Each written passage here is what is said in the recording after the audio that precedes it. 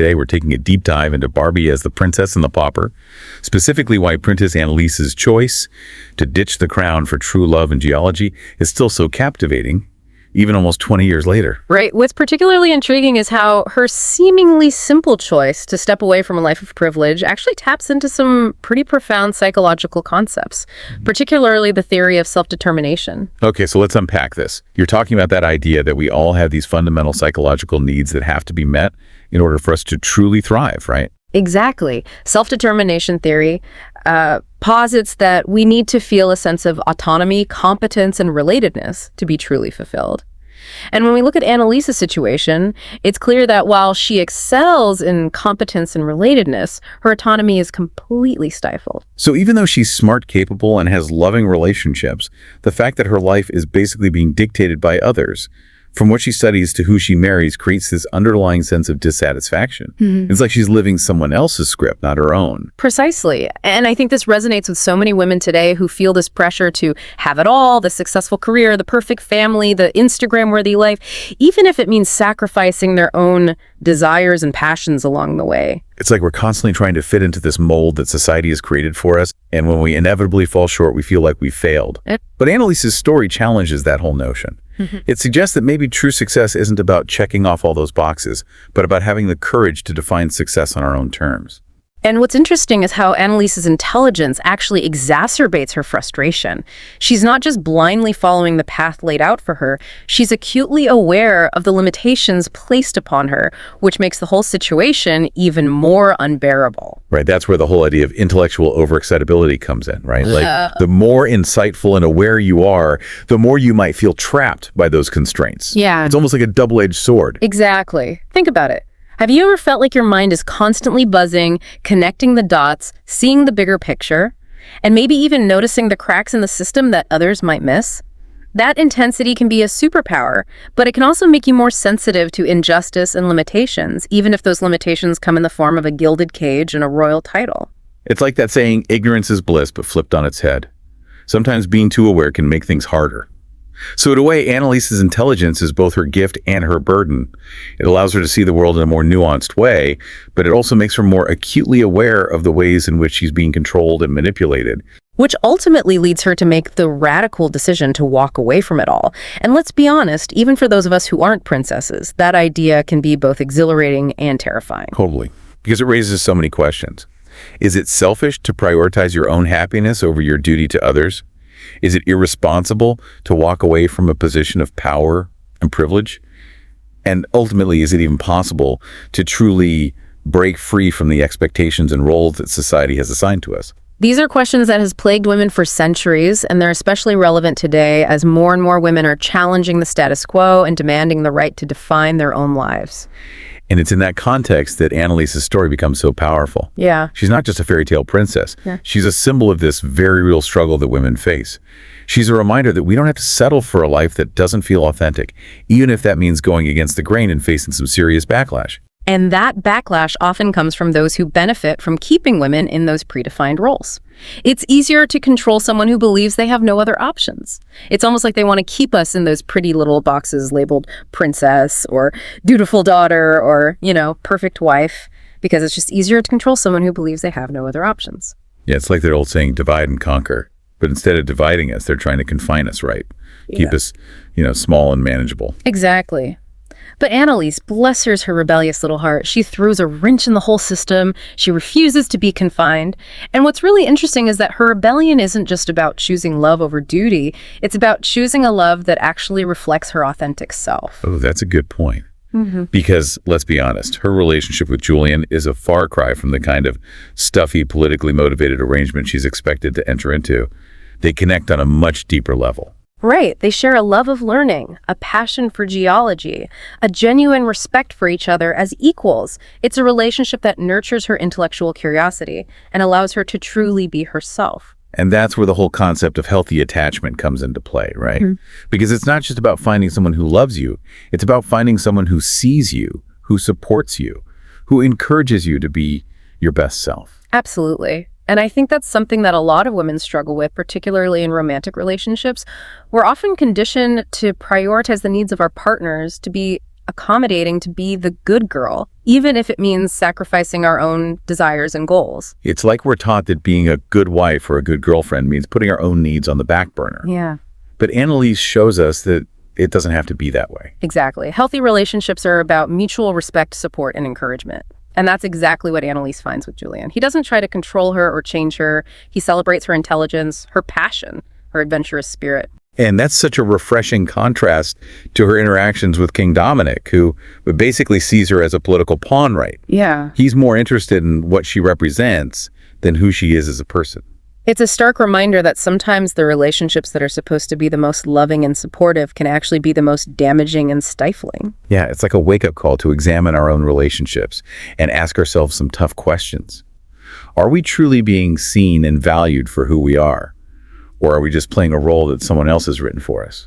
And if we find ourselves in those inauthentic, unfulfilling relationships, what are we going to do about it? Because let's be honest, breaking free from those patterns can be terrifying. Totally. It's so much easier to just stay in our comfort zones, even if they're making us miserable. But Annelise's story shows us that sometimes the most courageous thing we can do is walk away from what's familiar and comfortable and step into the unknown, even if it means facing criticism and uncertainty. And that's where the whole concept of self-actualization comes in, right? Because it's not just about finding happiness, it's about fulfilling your potential, living a life that's true to your values, even if it means going against the grain. You're talking about that top tier of Maslow's hierarchy of needs, right? Where you're not just surviving, you're thriving. You're living a life that's meaningful and purposeful. Exactly. And Annelise's decision to choose geology over royal duties is a perfect example of that. She's choosing to pursue her passion, to use her intelligence and knowledge to explore the world and make a difference. And that's a pretty radical idea, even today. I mean, how many of us are truly living in alignment with our passions and values? How many of us are brave enough to pursue what truly sets our souls on fire, even if it means facing judgment or rejection? It's a tough question, and there's no easy answer. But Annelise's story shows us that it is possible to break free from those societal constraints and create a life that's truly our own. And she's not just creating a life for herself, she's challenging the whole system. She's showing other women that it's okay to question the status quo, to reject those predefined roles, to demand something more. And that's where things get really interesting, because some might argue that by walking away from her royal duties, she's shirking her responsibilities, abandoning her kingdom. But I think it's important to look at it from another perspective. Ooh, I love a good perspective shift. Lay it on me. Is she really abandoning her kingdom, or is she actually demonstrating a different kind of leadership? A leadership that's based on authenticity, integrity, and a willingness to step aside when necessary. That's a really interesting point, because traditionally, leadership has been about holding on to power at all costs. But maybe true leadership is about knowing when to let go, when to empower others, when to step back and allow someone else to take the reins. And in a world that's obsessed with titles and positions, that kind of humility and self-awareness can be incredibly powerful. It's like she's saying, hey, I'm not defined by this crown or this palace. I'm defined by my values, my passions, my choices. And I'm going to use my power and privilege to create a world where other women can do the same. And that's a message that resonates deeply even 2 decades after the movie was released, because let's be honest, we're still grappling with these same issues today. Absolutely. We're still fighting for equal pay, for reproductive rights, for the right to be seen and heard as our authentic selves. And Annelise's story is a reminder that we have the power to choose our own paths, to define our own success, to create a world that's more just and equitable for all women. And it's a reminder that those choices, those acts of rebellion, those moments of courage, they can have a ripple effect that extends far beyond our own individual lives. So what can we actually take away from Annelise's journey?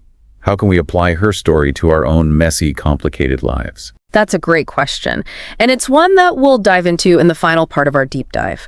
We'll give you some practical tips and actionable strategies to help you embrace your inner Annelise and create a life that's filled with purpose, passion, and authenticity. Stay tuned. Okay, so we've spent like this whole deep dive unpacking Princess Annelise's journey and all the juicy psychological insights it reveals.